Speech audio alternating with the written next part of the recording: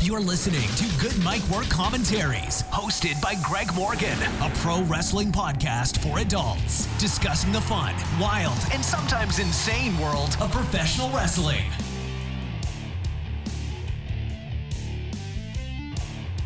What's going on, everybody? GoodMicWork Commentaries back at you with episode 496, here to give you your Raw and Smackdown reviews for April 30th and May 1st.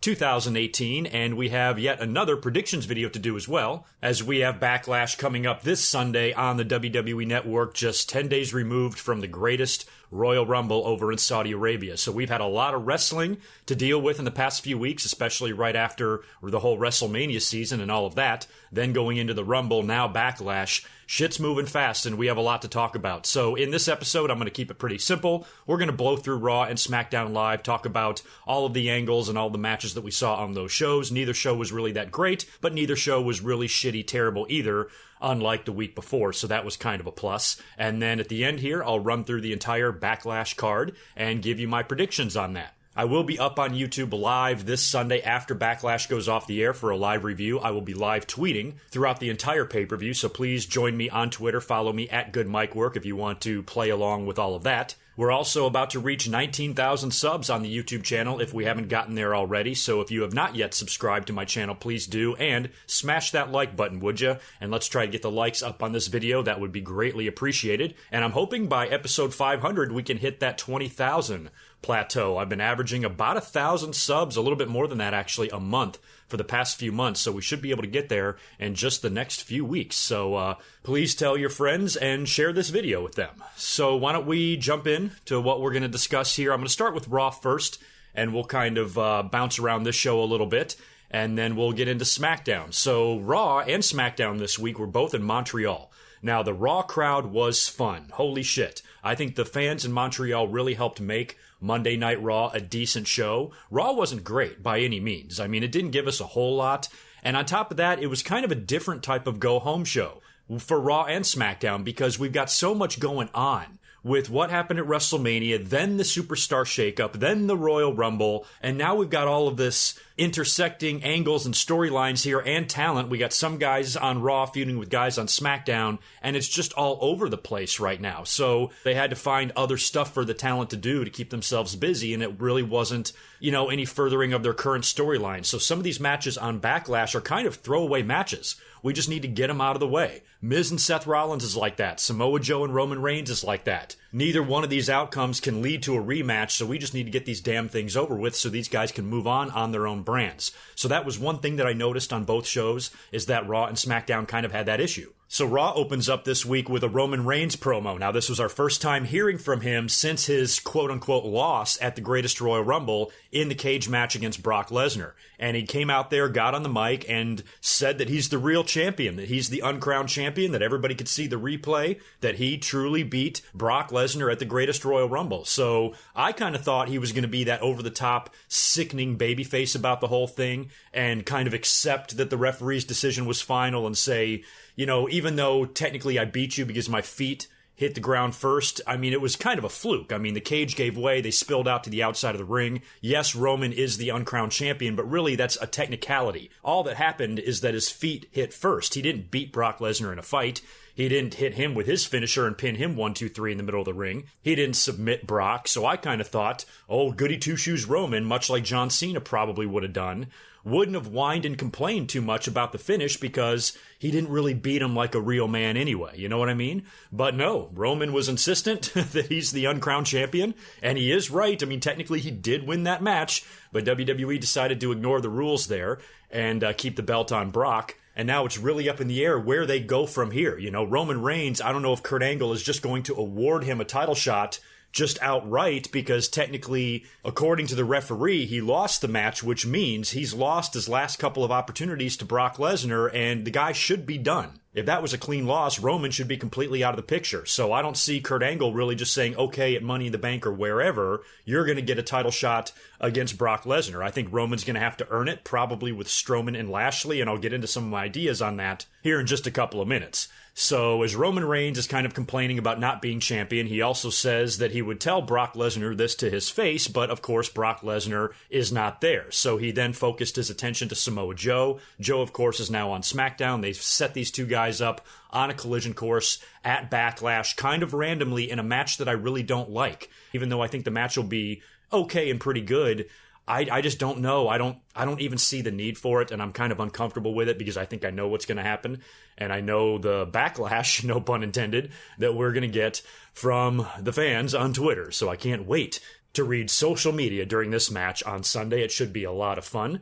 Samoa Joe incidentally did wind up showing up on the Titantron and cuts a promo on Roman Reigns, and that brought out Jinder Mahal. So Jinder Mahal then comes out and basically gets in the ring and challenges Roman Reigns for some reason. I don't know why. Jinder's been on one hell of a losing streak lately. And then Sami Zayn comes out next to an enormous pop. I mean, holy shit. Stone Cold Steve Austin Road Warrior pop that Sami Zayn got. And if you thought his pop was big, it was even bigger when Kevin Owens came out next. So that crowd in Montreal welcomed the hometown boys with open arms and just cheered their asses off. This leads to a brawl. Sami, Owens, and Jinder all attack Roman Reigns. That brings out Bobby Lashley and Braun Strowman to make the save. And of course, you know that's going to set up a 6-man match later on in the evening. We might as well fast forward to that. And no big surprise here because this thing is a colossal mismatch. You had Roman Reigns, Braun Strowman, and Bobby Lashley defeating Sami Zayn, Kevin Owens, and Jinder Mahal. And the crowd was actually pretty cool with it. I was really surprised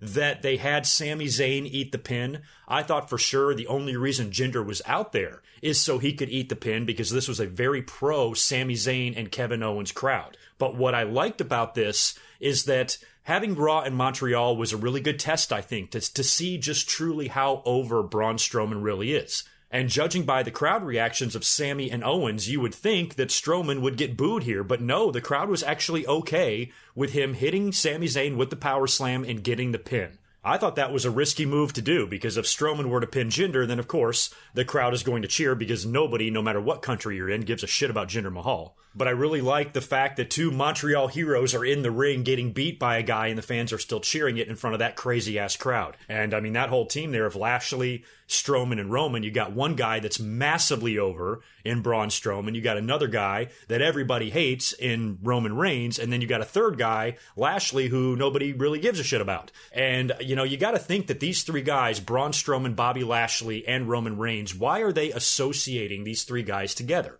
And I'm thinking what's going to wind up happening in the future after Backlash.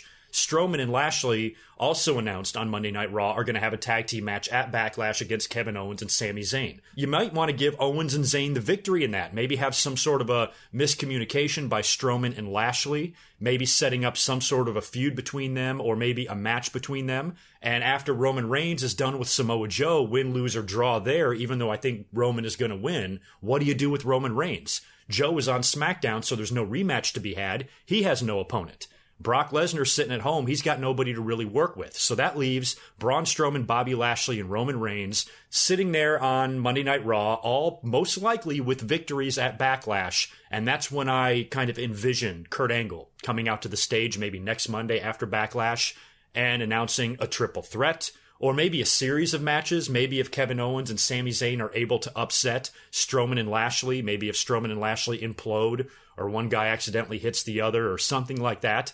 And Owens and Zayn can pull off a victory and brag their asses off about it. Maybe they can be thrown into that mix too. And Kurt Angle takes all 5 guys and makes a series of matches or maybe one big fatal 5-way or something to determine the number 1 contender to Brock's title at whatever pay-per-view they do that title match on. I'm guessing Money in the Bank, but it might even stretch out to SummerSlam. I don't know. So that's kind of where I see it going, you know, especially since Strowman and Lashley and Roman aren't being kept separate. You know, they're involved in the same matches together. Eventually, that's going to have to wind up leading to some sort of a match. Next up on Monday Night Raw, we had Bobby Roode taking on Elias. They didn't give us a true finish here. Looks like they're going to stretch out this issue as well. I don't see these guys advertised for Backlash, so I guess they're going to continue this on television. Elias wins this match by referee stoppage. Roode took kind of a nasty bump on the turnbuckle, or the steel piece that connects the turnbuckle to the ring post. And he's kind of on the outside of the ring on the apron, and Elias takes Roode and rams him into it, injuring Roode's throat, and he's on the outside of the ring and he can't breathe. Sold it pretty well. Some people thought he was actually hurt, but when you saw the replay, he hit his chest, even though he was selling the throat. So I think, if anything, Roode would have gotten the wind knocked out of him, not really been choking to death. But the referee stopped it, got him out of there, and Elias was deemed the winner. I'm sure that's going to lead to another rematch, probably next week on Raw, and maybe they'll even stretch this thing out to a pay-per-view, and I think you've got a golden opportunity here to do a double turn. It's right there in their lap. Bobby Roode, to me, doesn't do anything for me as a babyface. Elias, the fans love him, but technically he's still a heel. Why don't you flip them? I think it would be so much better. Ruby Riott got a big victory on Monday Night Raw. She defeated Sasha Banks. Now, Sasha pretty much just fell victim to the numbers game there. Riott had the Riott Squad on the outside of the ring with her. Sarah Logan and Liv Morgan both got involved. Eventually, Ruby is able to nail Sasha. I don't know if it's her finisher or some sort of a kick. When Sasha is straddling the top rope, she falls in the ring. Ruby pins her and gets a pretty big victory on Monday Night Raw. And I like Ruby Riott. I'm a big fan of hers. She's impressed me a lot. I think she's very good on the mic. I like the unique look to her. She does not look like your standard WWE women's wrestler or diva of the last 10 years, and I'm rooting for her future, so big win for her. Alexa Bliss had another one of her very funny Moment of Bliss segments that she's been doing, where it's kind of like a PSA, and she's talking in front of a green screen with some sad music playing, and she's talking about how Nia Jax has been constantly bullying her. And these are kind of really funny segments because Alexa does it so well. She really pulls it off. And she gives examples of some of the things that Nia was doing to her, making fun of her for being so small, asking for a kid's menu for Alexa at a restaurant, laughing with 2 turkey legs in her hand and shit. All the little funny little digs Alexa was taking was really funny and really well done, and I enjoyed it. Later on, there was a match between Natalya and Mickie James, and Ronda Rousey was going to be in Natalya's corner, and Alexa was going to be in Mickie James's corner. Now, Natalya wound up beating Mickie. Ronda chased off Alexa when she tried to interfere, and that was kind of the end of that. As a matter of fact, I think Nia Jax also came out to run off Alexa. She took off over the barricade and ran through the crowd to get away. And I guess the rumors are that Alexa Bliss did have some breast augmentation surgery done right after WrestleMania. That seemed obvious because she hasn't really worked since then.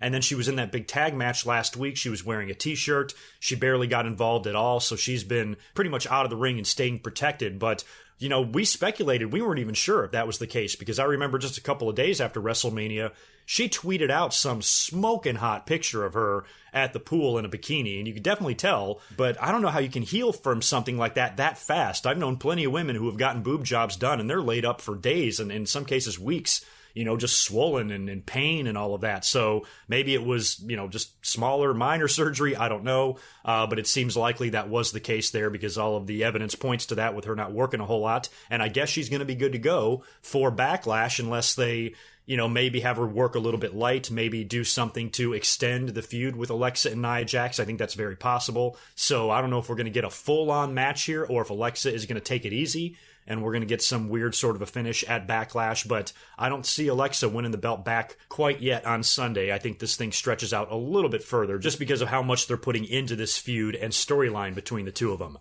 Next up on Monday Night Raw was a match that I really didn't like. No Way Jose took on Baron Corbin one-on-one. Now, earlier on in the show, we had a backstage interview with Titus O'Neil. Now, Titus O'Neil, of course, had the epic botch at the Greatest Royal Rumble, one of the greatest things we have ever seen in the history of professional wrestling. I'm still dying over the whole thing. I don't know how that can ever be topped. I mentioned right off the bat that I thought that it was better than Shockmaster. I mean, that's how good it was. And there was even some talk that it might have been something planned, but when I go back and look at it, just the way he fell and slid under the ring like that, narrowly avoiding serious injury, the cameras didn't pick it up. He would have had to be the only one that knew about it. He would have had to come up with that on his own and decide not to tell anybody and hope that he doesn't get in trouble. And he didn't. WWE was marking out. The commentary team couldn't even contain themselves. Word is that backstage, Vince McMahon was shitting himself laughing over this. So I mean, I still don't know. I mean, was it a work? Was it planned? Was it not? It looked like a botch to me.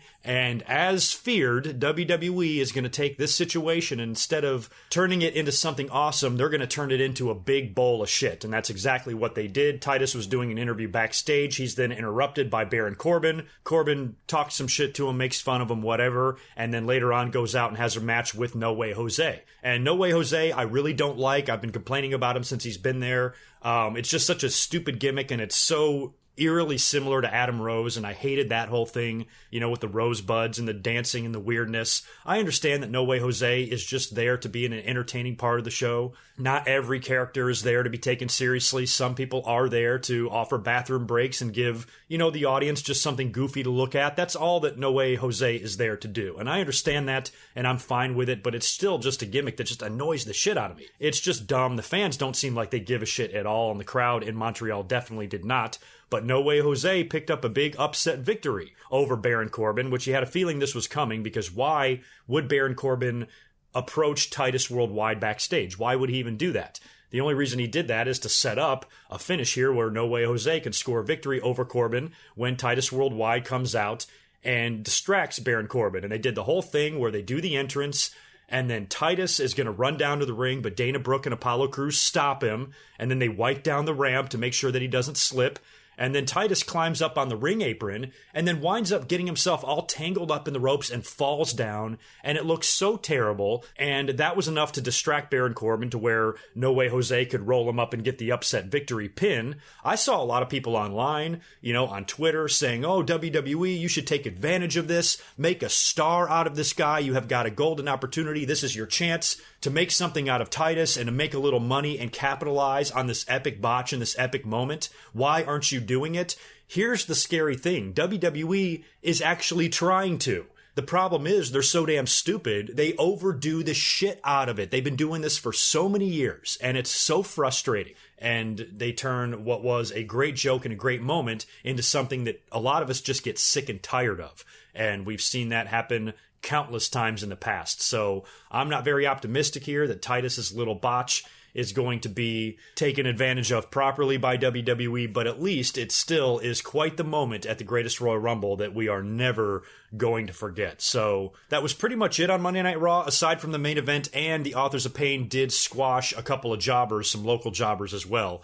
But the main event was fun. WWE gave the Montreal crowd an Intercontinental Championship match in the main event between Seth Rollins and Finn Balor. Rollins came out in the show earlier on and cut a promo. Balor came out and interrupted. And the two of them went back and forth a little bit and eventually agreed to have a match together for the Intercontinental title. Now, the Miz Taraj also got involved here a little bit, and I was worried that they were going to wind up sabotaging and screwing up the title match, but they didn't. So this was, I believe, the fifth time these guys have faced. Balor mentioned earlier on in their promo that they had wrestled 4 times. Balor won twice, Rollins won twice. So we have seen this match a lot, and we've seen it a lot in recent weeks. So I don't want to say I'm tired of it, because the two of them are still able to put on a really good match and captivate the audience, even though we've seen it a lot. But I'm guessing that maybe now it's got to wrap up. I thought we were going to get one more match. I thought the Miz Taraj was going to screw this up, and we would get it again at the next pay-per-view or whatever. But now with Balor losing here, I think you might have to move him on, and, you know, maybe a heel turn is still in the works for Balor. I really don't know. So if they do it again, I think you're going to get a little bit of pushback from the audience if you go with a 6th match between these two. So it looks like these guys might have to move on and go their separate ways. Why don't we move on now to SmackDown Live? We'll bust out these results real quick, and then we'll start predicting Backlash. Now, SmackDown opened up with a Miz TV segment. His guest is Jeff Hardy, who of course retained the U.S. title by defeating Jinder Mahal at the Greatest Royal Rumble. Miz gets him in the ring and starts talking about how he disrespected Randy Orton a couple of times, and then brings Randy Orton out, tries to stir the pot between Randy Orton and Jeff Hardy, who are going to face one-on-one on Sunday for the U.S. title in a match that I like. I mean, these guys have got a little bit of a history. They feuded like 10 years ago for the WWE title, and I remember liking their work. They're both a bit older now. They're both a bit slower now. But guys like that, you know, veterans like that, you know, you trust them to be able to work within their limitations, and I think they're going to put on a match just fine. Yes, they're not going to be who they were back in 2008, but I still think the guys can put on a good match, and it's two pretty big legends, 2 Hall of Famers in WWE, going head-to-head for a championship on a pay-per-view. I'm never going to complain about that.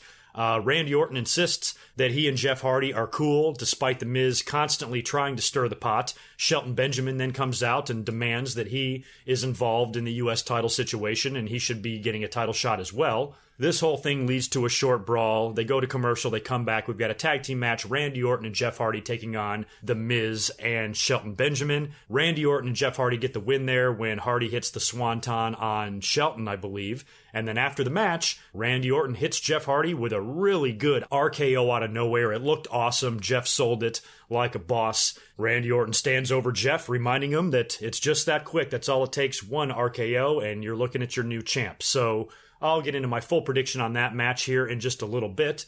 Next up on SmackDown was an extremely entertaining backstage spot with the New Day and The Bar. I don't even know what they were talking about. All I can remember is that Big E decides to get a bottle of baby oil out and just start rubbing it on his chest all slowly, and I'm just laughing my ass off. I fucking love Big E. Sheamus goes on to challenge, I guess, Xavier Woods. Big E thinks he's challenging him and gets in his face and starts screaming and going wild. And I'm telling you, man, Big E, I am such a big fan of his.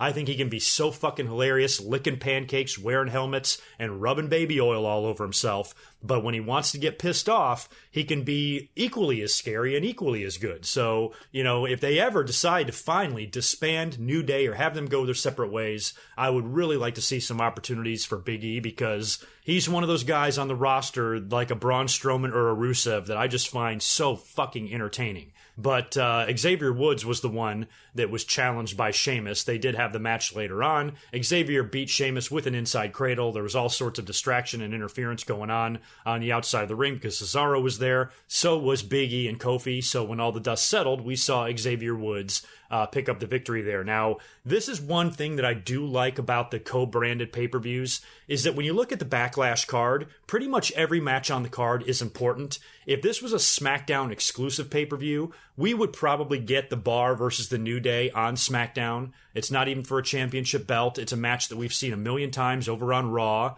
So in one way, the co-branded pay-per-views are a little bit better because we're not having throwaway matches, but at the same time, there is going to be some mid-card talent that is going to suffer and not get pay-per-view exposure because of this new format. But this is one scenario where I'm actually happy because I really don't want to see these guys work on pay-per-view. They can continue this little feud and issue between them on SmackDown. Just do it on SmackDown. No reason to even have a meaningless pay-per-view match between the two, unless it was for, a title shot or it was a number one contender match or something like that. Otherwise, I see no reason at all to have the match, aside from some pancake heat that the two teams might have. So I'm still not in total support of the co-branded pay-per-views, but in some scenarios it can work out for the better. We had Rusev Day backstage. Rusev's back there talking with Aiden English, and he's then approached by the gorgeous and luscious Lana, who's wearing a Rusev Day t-shirt. Now, we haven't seen Lana in a while, and I don't know, is it just me or is her accent gone? What the fuck's going on there? And she basically insinuates that Aiden English is holding Rusev back. I guess they're setting up Rusev possibly ending things with Aiden English. Now, I really like the two of them together. I do. I think the act is great, and I'm fine with them staying together. But if they're going to replace English with Lana, maybe that can work too. And as much as I love Aiden English out there singing, I would much rather see Lana's gorgeous face and body than Aiden English's gross, pasty, white face and body. So I'm all for Lana replacing English in this thing if that's what they do, and I guess we'll find out soon enough. We had a Big Cass promo up next. Now, last week on SmackDown Live when he was on Miz TV and he was out there wearing the suit and he cut that promo, I loved that. I thought he did a great job. I thought he was very good on the mic. I thought he had a lot of confidence. His delivery was awesome. And I saw a lot of superstar potential in Big Cass last week on the microphone. Not so much this week on SmackDown. Now, his initial promo that he cut when he first got out there was okay. He was cutting that in front of a very rabid Montreal crowd who did not like him much at all. But I still thought he was handling himself well out there. But then they brought out the midget Daniel Bryan. Now, it's funny this was in Montreal because WWE did a midget Bret Hart once. I was at that show in Fayetteville right after the Screwjob. And the Screwjob, of course, was in Montreal, so I don't know how many fans there made that connection, but they've done the midget thing before. They've done a midget Booker T, they've done midget Dudley Boys, and they've done midget everything. So everybody's done this bring out the little fella dressed up as your opponent shtick, and it wasn't very creative, and I didn't really like it. And on top of that, Big Cass is such a big bastard. At the end, after he's done doing all of his stupid puns and making fun of, the size of Daniel Bryan, he announces that the guy dressed up as Daniel Bryan is actually a local guy. He's from Montreal, and he gets the fans to cheer for him, and then he hits him with a big boot. So Big Cass beats up a little person on Smackdown Live. Okay, whatever. Not my favorite segment of the night, and I thought Big Cass did a much better job last week. And this is not on him. WWE just wrote a stupid segment here. I thought it was ridiculous. Daniel Bryan wasn't on the show, or he wasn't able to compete because of a possible chest infection. All of those welts and red marks all over Daniel Bryan at the Royal Rumble, I guess they're saying he can't compete because of that. That's fucking bullshit. You could easily get in the ring and work with those things, but I guess it was just a way to keep Daniel Bryan off of TV. No real reason to have him on there, and they got a match this coming Sunday, and they'll just settle things there. And that's actually kind of a tough match to predict, Daniel Bryan versus Big Cass, and I'll talk about that here in just a couple of minutes, and I'm still not quite sure who I'm going to pick in that. I better fucking decide here soon, because we're about to talk about it. We had an AJ Styles and Shinsuke Nakamura segment up next. AJ Styles is in the ring cutting a promo with Renee Young.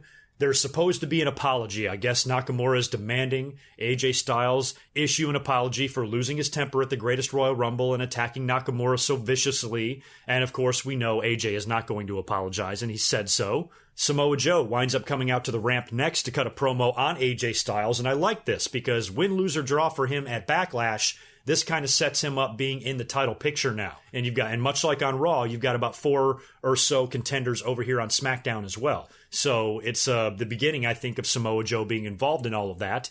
And he cuts a promo talking about how he's going to beat Roman Reigns at Backlash, and no matter who wins between Shinsuke and AJ, he's coming after the winner there as well. And then Shinsuke Nakamura's music hits, and Joe turns around. He's all prepared for Shinsuke to come through the entranceway there, and Shinsuke sneaks in from behind the ring as AJ Styles has his back turned because he's looking at Samoa Joe, and nails him again with the low blow. So Shinsuke Nutcracker, or whatever everyone is calling him, strikes again and nails AJ Styles with a low blow. And I love Shinsuke as this heel, with the faces that he makes and how sneaky and dirty he is. And I even like his theme music. We talked about the theme music change last week. A lot of fans were pissed off, claiming WWE ruined the Shinsuke Nakamura experience. No, they didn't. He turned heel. This is exactly what they needed to do. And I don't totally hate his new theme song. I think it's kind of cool. It's still very similar to his old theme. It's just spiced up with a twist. That's all. I like it a lot for a heel theme. So I enjoyed the whole segment between the two, and now they've even announced that the match at Backlash between the two for the title is going to be a no disqualification match. No more DQs or funny finishes because of people losing their temper or getting nutshotted or whatever. We are going to have a winner here. I even pitched the idea on Twitter the other night when I was watching Smackdown and I was watching the segment between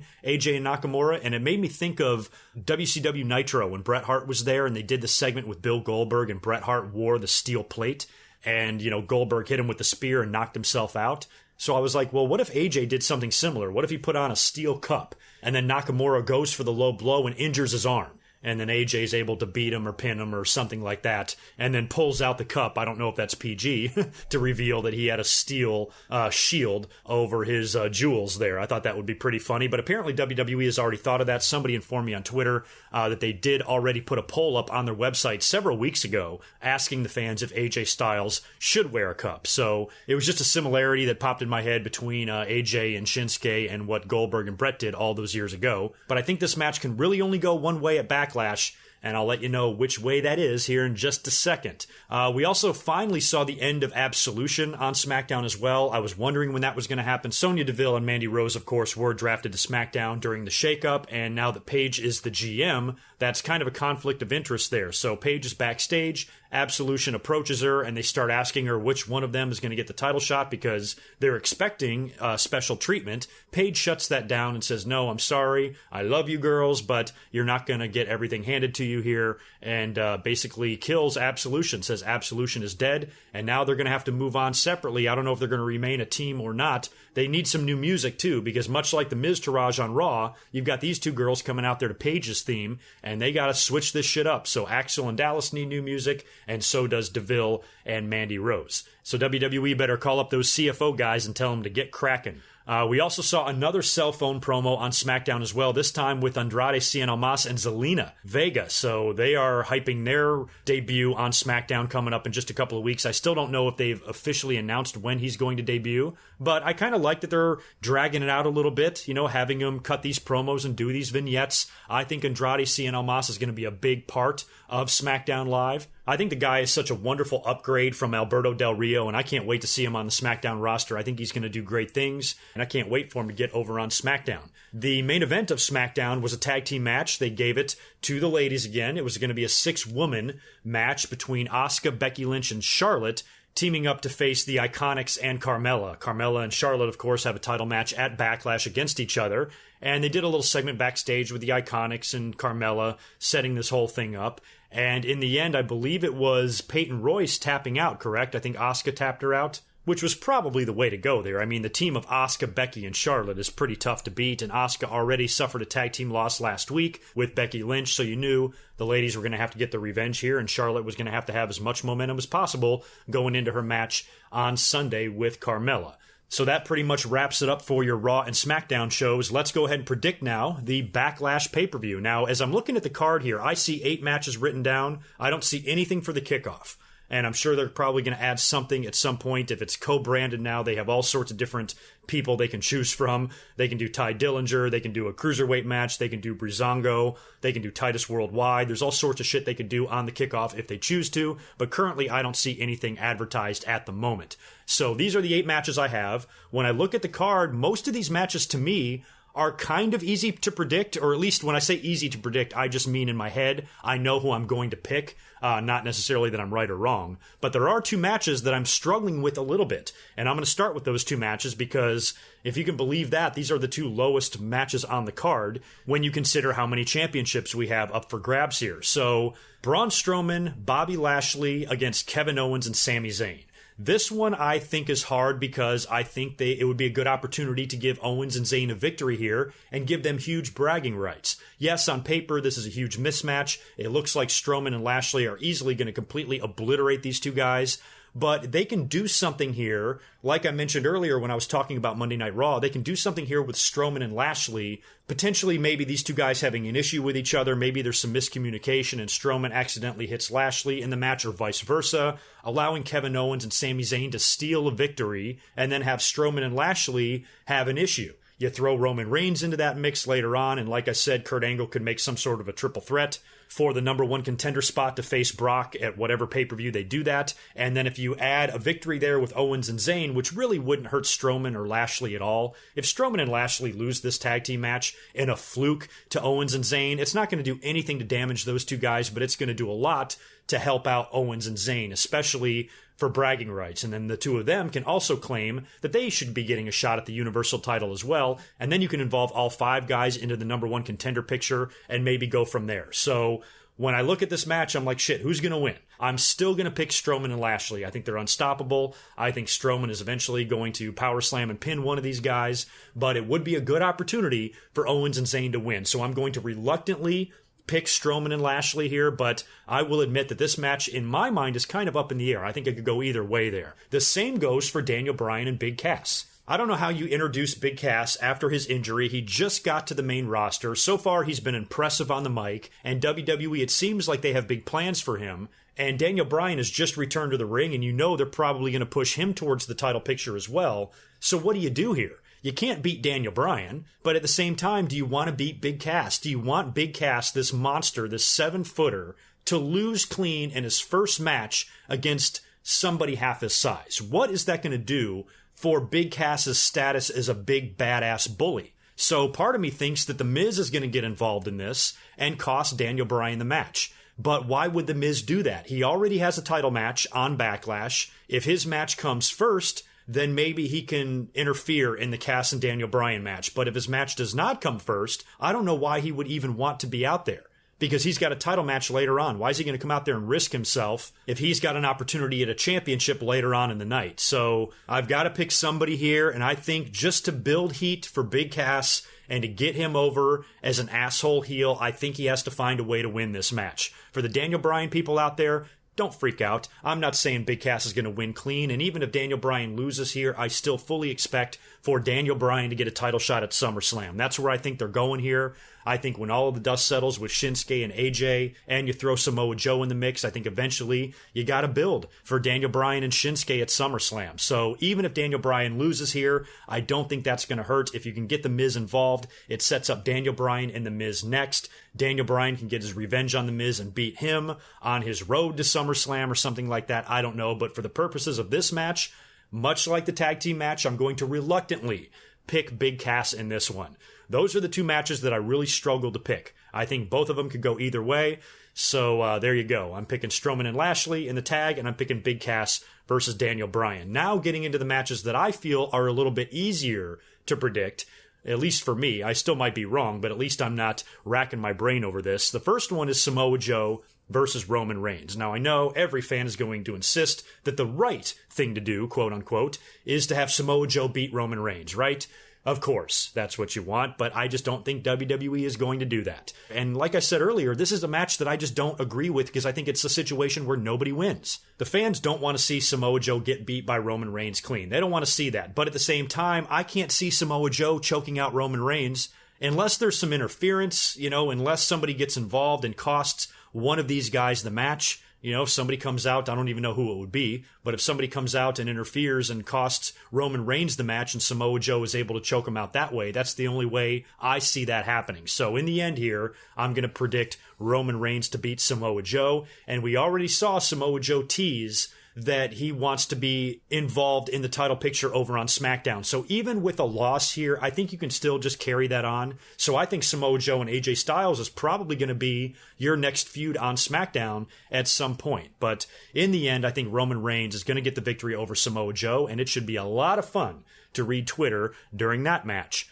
Randy Orton versus Jeff Hardy for the U.S. title. This is a kind of another tough one, but I'm going to pick Jeff Hardy to retain here, not necessarily to win. I don't know if Jeff Hardy is going to beat Randy Orton clean here, but I think he's going to walk out of Backlash as the United States champion. Shelton Benjamin getting involved is a big possibility. He mentioned on SmackDown that he wants to be a part of this U.S. title situation, so maybe he gets involved, fucking up the match and sabotaging it, leading to a triple threat for the U.S. title, either on SmackDown or the next pay-per-view. If it was up to me, I would like to not see disqualifications on this show because we saw a couple of funny finishes at the Greatest Royal Rumble, so I think for Backlash, WWE needs to give us finishes here, but this is one where I can actually see a DQ. But still, at the end of the day, I'm going to pick Hardy to win. I feel like I have to give you guys an accurate prediction here. So I'm going to say that Jeff Hardy wins, even though I think there's also a chance that he could retain by not necessarily beating Randy Orton. Seth Rollins versus The Miz for the Intercontinental title. Same thing here. Rollins is going to retain. I don't see how you put the belt on Miz and you have the IC and the US title both on SmackDown. I definitely think Rollins is walking out of Backlash with the Intercontinental title. Nia Jax versus Alexa Bliss.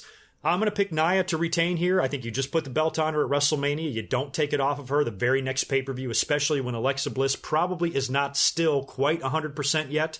I wouldn't be surprised at all if she works a slightly more limited match here, or maybe if they pull something to where she doesn't get very physical at all. I don't know how they would do that, but I don't expect this to be much of a match, and I think Nia Jax, again, win, lose, or draw. I'm not saying a DQ or a count out is out of the question here. It is. Maybe Alexa just powders out and leaves or runs away or whatever. But in the end, Nia Jax, I think, walks out of Backlash as the Raw Women's Champion. Charlotte versus Carmella for the SmackDown Women's title. Not only do I think Nia Jax is going to retain, but I actually think Carmella is going to retain too. I know that's crazy. On paper, Charlotte would chew this bitch up and spit her out, but I think that they're going to continue this angle with the Iconics. I think the Iconics are going to get involved here. They're going to have something to do with this match and cost Charlotte the victory, although we could see Becky Lynch and Asuka come out there as well and maybe run off the Iconics, allowing Charlotte to put Carmella in the figure 8 and tap her out. It's also possible that maybe there's a miscommunication between Asuka and Charlotte, because right now they're all BFFs on SmackDown, right? Asuka, Charlotte, and Becky all love each other right now. As a matter of fact, you can see them all hugging right there on the screen. So at some point, I think you got to build for the rematch between Charlotte and Asuka.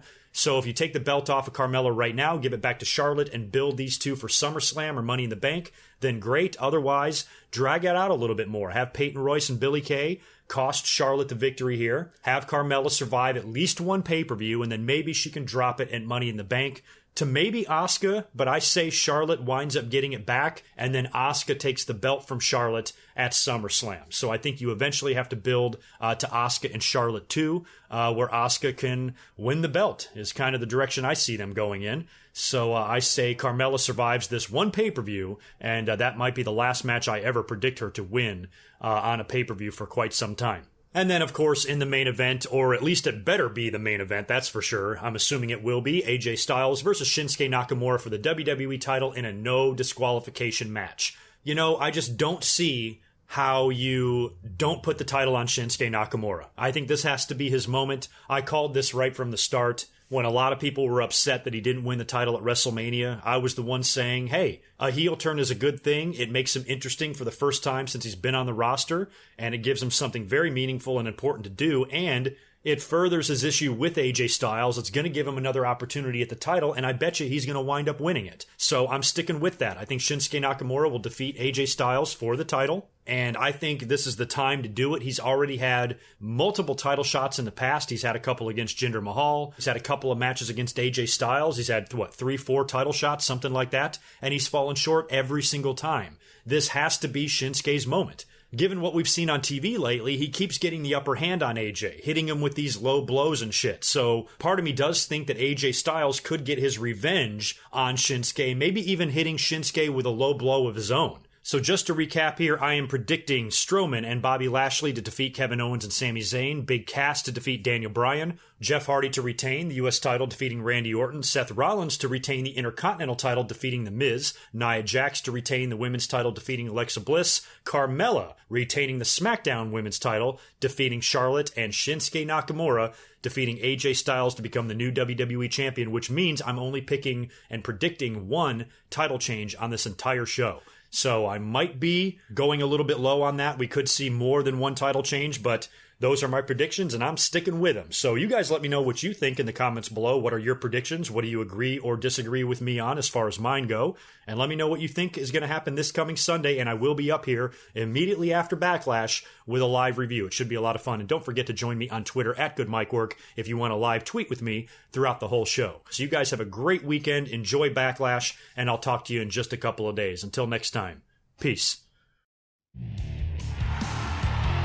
This has been a Good Mic Work Commentaries production. Be sure to subscribe on YouTube at youtube.com/GoodMicWork. Follow Greg Morgan on Twitter at GoodMicWork and visit GoodMicWorkCommentaries.com for all the latest podcast and video content.